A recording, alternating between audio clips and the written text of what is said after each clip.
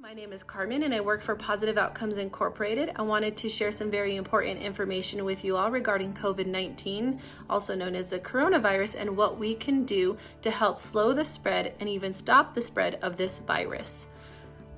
I'll be reading for you some information from the CDC, and their recommendations for these procedures is to help do our parts while in the homes of non-healthcare setting. So this is from the CDC. It's preventing the spread of the coronavirus 2019 in homes and residential communities. Their recommended precautions for household members, intimate partners, and caregivers in non-healthcare settings. These recommendations apply for a patient with symptomatic laboratory confirmed COVID-19 or a patient under investigation. Household members, intimate partners, and caregivers in a non-healthcare setting may have close contact with a person with symptomatic laboratory confirmed COVID-19 or a person under investigation. Close contact should monitor their health, and they should call their healthcare provider right away if they develop any symptoms suggestive to COVID-19. And that's example of fever, cough, or shortness of breath. Close contact should also follow these recommendations. Make sure that you understand and can help the patient follow their healthcare provider's instructions for medications and care. You should help the patient with basic needs in the home and provide support for getting groceries, prescriptions, and other personal needs. Monitor the patient's symptoms. If the patient is getting sicker, call his or her healthcare provider and tell them that the patient has laboratory confirmed COVID-19. This will help the healthcare provider's office take steps to keep other people in the office or waiting room from becoming infected. Ask the healthcare provider to call the local or state health department for additional guidance. If the patient has a medical emergency and you need to call 911, notify the dispatch personnel that the patient has or is being evaluated for COVID-19. Household members should stay in another room or be separated from the patients as much as possible. Household members should use a separate bedroom and bathroom if available. Prohibit visitors who do not have an essential need to be in the home.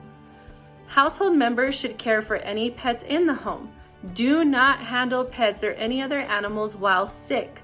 For more information, see COVID-19 and animals.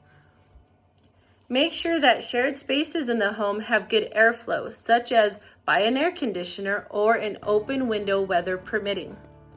Perform hand hygiene frequently. Wash your hands often with soap and water for at least 20 seconds, or use an alcohol-based hand sanitizer that contains 60 to 95% alcohol, covering all surfaces of your hands and rubbing them together until they feel dry. Soap and water should be used preferentially if hands are visibly dirty. Avoid touching your eyes, nose, and mouth with unwashed hands. The patient should wear a face mask when you are around other people. If the patient is not able to wear a face mask, for example, because it causes difficulty breathing, you, as the caregiver, should wear a mask when you are in the same room as the patient. Wear a disposable face mask and gloves when you touch or have contact with the patient's blood, stool, or bodily fluids such as saliva, sputum, nasal mucus, vomit, or urine. Throw out disposable face masks and gloves after using them. Do not reuse. When removing personal protective equipment, first remove and dispose of gloves. Be sure that when you're taking off your gloves, you start from the end and you pull them inside out, so that way hands or nothing else becomes exposed to the surface that was touching the infected areas or person. Immediately clean your hands with soap and water or alcohol-based hand sanitizer. Next, remove and dispose of face mask and immediately clean your hands again with soap and water or alcohol-based hand sanitizer. Avoid sharing household items with the patient. You should not share dishes, drinking glasses, cups, eating utensils, towels, bedding, or other items. After the patient uses these items, you should wash them thoroughly. See below, wash laundry thoroughly. Clean all high-touch surfaces such as counters, tabletops, doorknobs, bathroom fixtures, toilets, phones, keyboards, tablets, and bedside tables every day. Also, clean any surfaces that may have blood, stool, or other bodily fluids on them. Use a household cleaning spray or wipe according to the label instructions. Labels contain instructions for safe and effective use of the cleaning product, including precautions that you should take when applying the product, such as wearing gloves or making sure that you have good ventilation during use of the product. Wash laundry thoroughly.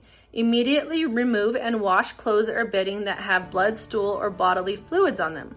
Wear disposable gloves while handling soiled items and keep soiled items away from your body. Clean your hands with soap and water or alcohol-based hand sanitizer immediately after removing your gloves. Read and follow directions on labels of laundry or clothing items and detergent.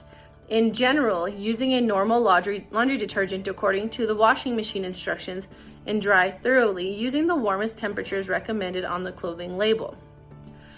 Place all used disposable gloves, face masks, and other contaminated items in a lined container before disposing of them with other household waste. Clean your hands with soap and water or alcohol-based hand sanitizer immediately after handling these items. Soap and water should be used preferentially if hands are visibly dirty. Discuss any additional questions with your state or local healthcare department or healthcare provider. Check available hours when contacting your local health department. Here are just a couple more recommendations from the CDC to help keep yourself safe and healthy. Close contact is defined as being within a proximity of 6 feet or 2 meters of a COVID-19 case for a prolonged period of time. Close contact can occur while caring for, living with, visiting, or sharing a healthcare waiting area or room with a COVID-19 case, or having direct contact with infectious secretions of a COVID-19 case. An example is being coughed on. This is why it is important that we follow social distancing. If you have any other questions, please reach out to us at 575-838-0800, and we will try to help in any way that we can. If you know of someone that may have been exposed or they have questions concerning the coronavirus, please have them contact our local Department of Health at 1-855-600-3453. Remember, these precautions aren't just to keep ourselves healthy, but they're there to keep everybody around us, our family, our friends, our loved ones. We're not only looking at saving our own lives and our families' lives, but we're looking at saving the lives of those around us. So please, it is important to follow these precautions and these guidelines. Everybody, stay safe, stay healthy, and be well.